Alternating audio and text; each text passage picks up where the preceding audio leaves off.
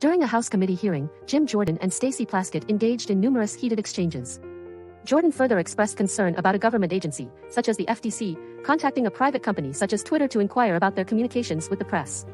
Jordan highlights that this intrusion raises privacy concerns for the American people. One witness emphasized that it is not the government's role to monitor interactions between journalists and private entities, raising fears of potential violations of the First Amendment, which safeguards freedom of speech and press. This is certainly a concern. This isn't the first instance of a government agency accessing confidential information of an American citizen without their consent. Let's take a look. Mr. Chairman, I'm not exaggerating when I say that you have called before you 2 witnesses who pose a direct threat to people who oppose them. It's funny when people have to go through that.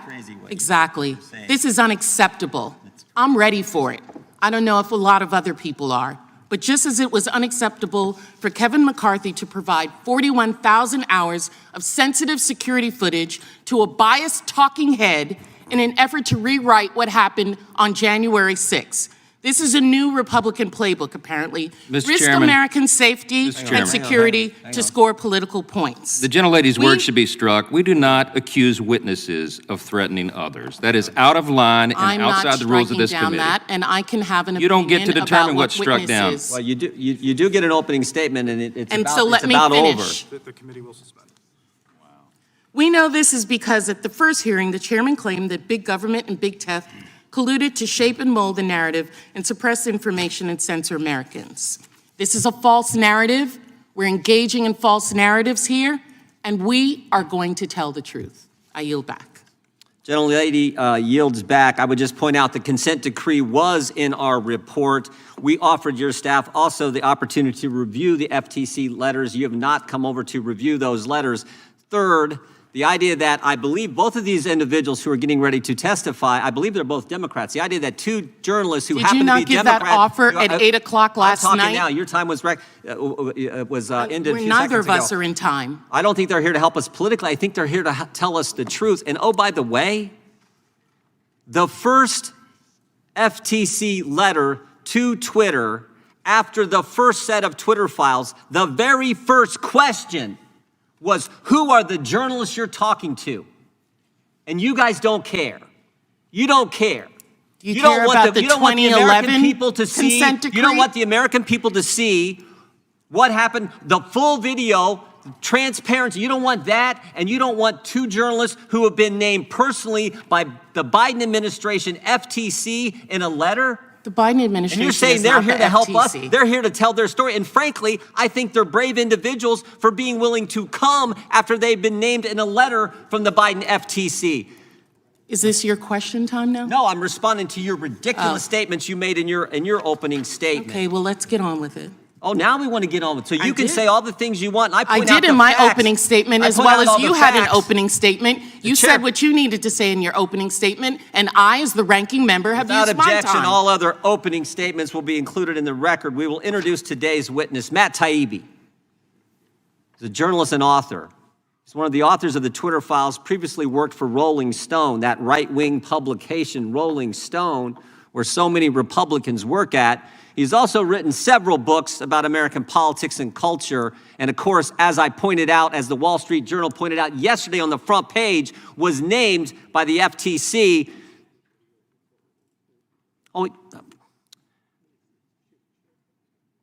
Michael Schellenberger is also a journalist, author, and one of the authors of the Twitter files. He's also co-founded several nonprofits, including Breakthrough Institute, Environmental Progress, and the California Peace Coalition, another right-wing Republican organization, I'm sure. His work often focuses on crime and drug policy, homelessness, and the climate. We welcome our witnesses and thank them for appearing today. We will begin by swearing you in. Would you please stand and raise your right hand? Well, you got the wrong understanding. Last week in the full Judiciary Committee hearing, I introduced into the record a story of a left-wing journalist who said that talked about the FBI putting a paid informant, a felon, in the Black Lives Matter movement in Denver. I want to focus on the First Amendment, just like protecting the First Amendment, just like these guys do. Point of order, Mr. Chair. Are you going to respond after every? No, I'm taking my 5 minutes. This is it's your 5 minutes now? I can take my 5 minutes when I want to, and I'm taking my 5 minutes Okay, now. great. Yeah. Thank you. Well, I would ask for an additional few seconds for being interrupted by the ranking member. But the truth is we want to focus on protecting the First Amendment. Mr. Schellenberger, you a Republican? No, I'm not. You got any pro-Trump bumper stickers on your car? I voted for Biden. Voted for Biden. You know how many MAGA hats laying around your house, right? I do not. Yeah, but you said earlier, both you and Mr. Taibbi said this is the most chilling thing you've ever seen as journalists. Mr. Taibbi, the same thing. You're not a Republican either, right?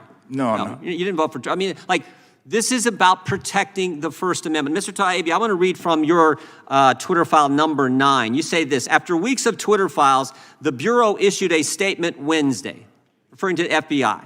Here's what the FBI said: it is unfortunate that conspiracy theorists and others are feeding the American public misinformation with the sole purpose of attempting to discredit the agency.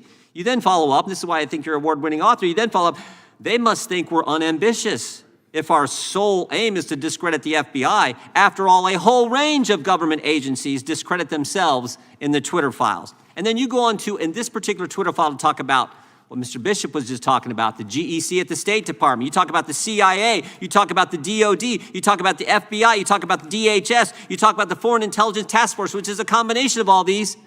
But there was one agency you didn't mention because you didn't know at the time. One agency, you had almost the whole alphabet, but you didn't mention one agency, the FTC. Because you know about them now. Yes, we do. You know about them now in an up-close and personal way. You didn't know then, but you do know now. December 2nd, as I said earlier, December 2nd, the first Twitter file comes out, Mr. Taibbi. And I think there are 5 others, including the ones from Mr. Schellenberger. December 13th, the very first letter that the FTC sends to Twitter after the Twitter files, 11 days after the first Twitter file. There have been 5 of them come out. The FTC's first demand in that first letter after the Twitter files come out is identify all journalists, I'm quoting, identify all journalists and other members of the media to whom Twitter worked with. You find that scary, Mr. Taibbi, that you got a federal government agency asking a private company, who in the press are you talking with? Yeah, I do find it scary. I think it's none of the government's business which journalists a private company talks to and why. I think every journalist should be concerned about that, and the absence of interest in that issue by my fellow colleagues in the mainstream media is an indication of how low the business has sunk. There was once a real esprit de corps and a camaraderie within media. Whenever one of us was gone after, we all kind of rose to the challenge and supported. Used to be. Yeah. Used to be the case. That is gone now. We don't protect one another. You know what else used to happen? Democrats used to care about protecting First Amendment free speech rights too. Now it's like, okay, if you're attacking, and I said this on the House floor, I said, don't think they won't come for you. Oh, the big tech, big media, cancel culture, they may come for Republicans and conservatives now, but the mob is never satisfied. They will keep coming. Mr. Schellenberger, you know who the chair of the FTC is? Not personally. Lena Khan. Lena Khan. You know who she used to work for? My understanding is the Judiciary Committee? Yeah, she's worked for these folks. These same folks have been attacking you today. Same folks. Chair of the FTC, worked for them. Here's what they said. Here's what she said in a letter where they ask about who these journalists, again, they named 4 journalists by name. You were 2 of the 4. As I said before, I think it's frankly courageous and brave of you to show up today when you know the federal government's got an eye on you personally. Here's what they asked for in that letter. Any credentialing or background check Twitter has done on journalists. Now think about that. The federal government is saying, we want you to do a background check on members of the press. Freedom of the press mentioned in the First Amendment, and they're doing they want Twitter to do a background check on you before they can talk to you in America? The FTC, led by Lena Khan, who used to work for these guys, is asking that question. Now we know. Now we all know why. You guys said at the outset, this is the most chilling story. And you guys are New York Times bestsellers, award-winning journalists. But in all your time in the journalism field, this issue, most important. And how this, I think, what'd you call it, Mr. Schellenberg? This is complex. What'd you call it? The censorship industrial complex. Totally, this web of censorship, big government, big tech, NGOs, all this web of censorship that Mr. Bishop was getting into in his line of questioning.